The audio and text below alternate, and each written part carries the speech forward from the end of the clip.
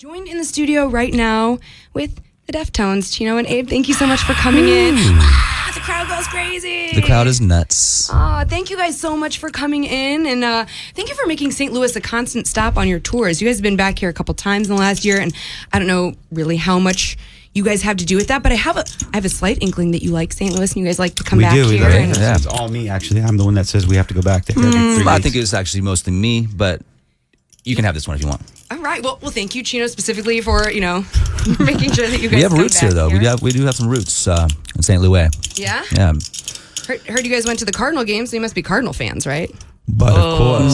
Yeah, I mean, I was rooting for the Cardinals last night when I was there. It was nice. Hey, when in Rome, Yeah, right? that's a really good answer. Some people are always like, yeah, I'm a Cardinal fan. I'm like, no, you're not. No, I see your Twitter, I see your Facebook. I know you're not real Cardinal fans. That's fine. That's fine. You guys have a hometown team of your own. I happen to like the San Francisco Giants. Really? I happen to like the Dodgers. Oh, okay.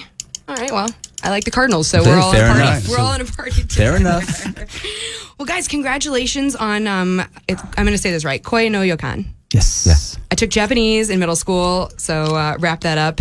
And I said it a million times to not mess it up. That's great. But, I mean, in nowadays, rock music, coming out on the charts at number 11, I mean, just out the gate, huge. It's a thoroughbred. It's critically acclaimed to be so great. Everyone really loves it. Great response. How do you guys feel about that when you read the responses after? I mean, you guys have been doing this for a while, so it's not the first rodeo with reading I like to reviews. think before we read anything positive about it, we feel positive about it. You know what I mean? I think when we're making it, we kind of know that the quality of it, I think by what we put into it. And we were pretty hard on it, so it felt great while we were doing it. And when it was done, we liked how it came out. So, it was great to get positive feedback for sure, but it's never to rely on that. There's always another side to things. So if you think too much about what people are going to think, then you're kind of putting yourself in a bad position. Yeah, you want to make sure that it's your art and that you feel. I mean, you're putting it out there, and people are going to judge it. And of course, you don't want to be thinking about that in the process. You want to be thinking about, this is my art. This is how I'm going to do it. This is what feels right. Correct. That kind of thing. At the end of the day, you got to be happy with it the most. Totally. Like anything in life, you want to sleep good.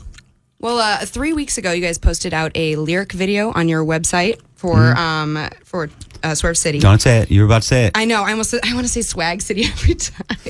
And then I want to ask, what is swag? Swag is Deftones. Deftones are swag. We got a little Deftones swagger. Equals Swagger. I'd say we have swagger. Yeah. So it's Swagger City. It's also known Swerve. as Swerve City. Yeah. You guys have done music videos in the past. Yes.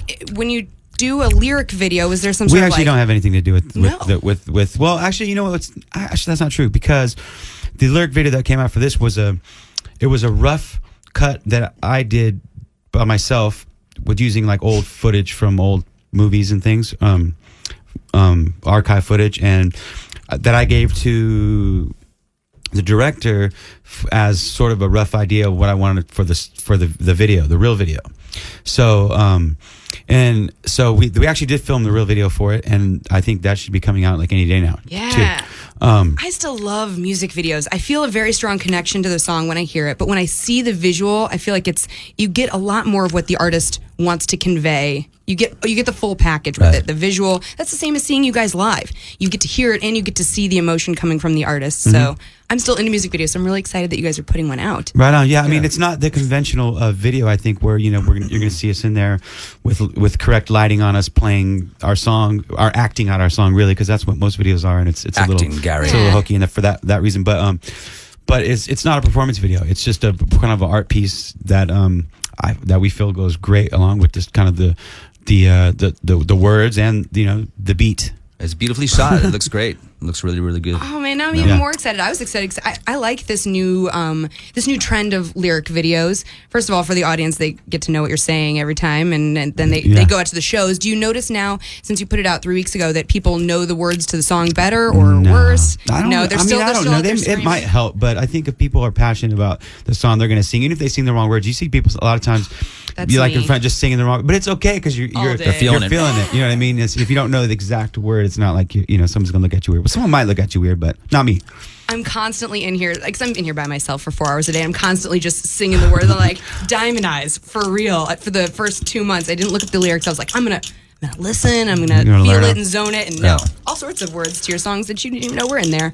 In my brain, they are. Well, you see, what's funny though about the lyric videos is that like I said, we don't. So that was just the visual for that made it. Then they put the words over them. Well, a lot of times when people do that, they put the wrong words too. So it's kind of funny. Even I'm sitting there reading and going like, "Wow, this is really funny." That these are not the words that I wrote for this song or the words that I'm singing, but.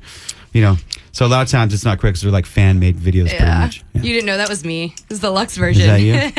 Apples, bananas, and pears. All right, let's do Swerve City since we're talking about it. Swerve. And then I'll come back and talk to you guys in just a few minutes.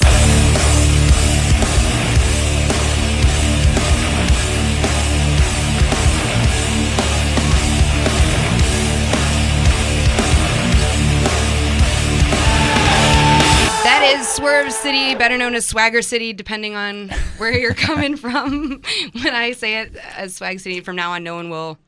They'll just be like, oh, yeah, we know exactly what she's talking about, right? Swerve. Well, so you guys only have 3 more dates in the United States before you head over to, like, everywhere.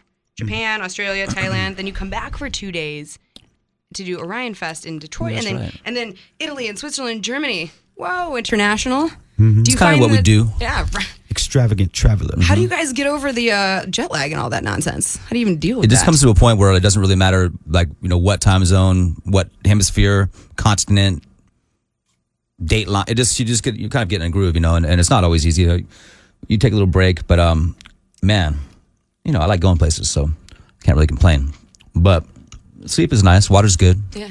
On long flights like that, do you listen to tunes? Do you watch movies? What do you kind of? I drink wine. Well, see, I'll be up in first class. Man after my own heart. When I'll be up there.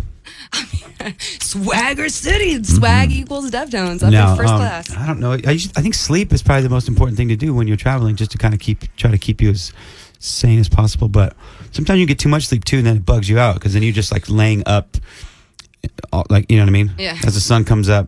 Just don't want to do anything. And it's weird. You want to sleep, but you can't because you've already been sleeping for so long, and your body's tired. Yes. Just a little bit off. Are you guys excited about Orion Fest? Yeah, that's going to be really cool, man.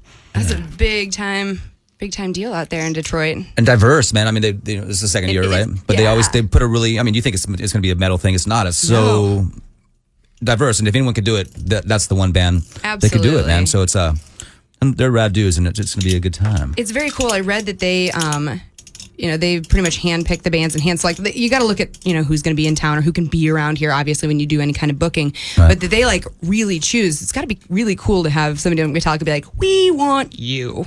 We want you on our festival. Oh, it's very nice. I mean, Metallica's awesome. Yeah. There's a lot of history with that band in our lives. Him and I we were in, what was it, 7th grade? Or no, we had a few math classes together in high school. And we used to sit It was there. pretty advanced math. Yeah.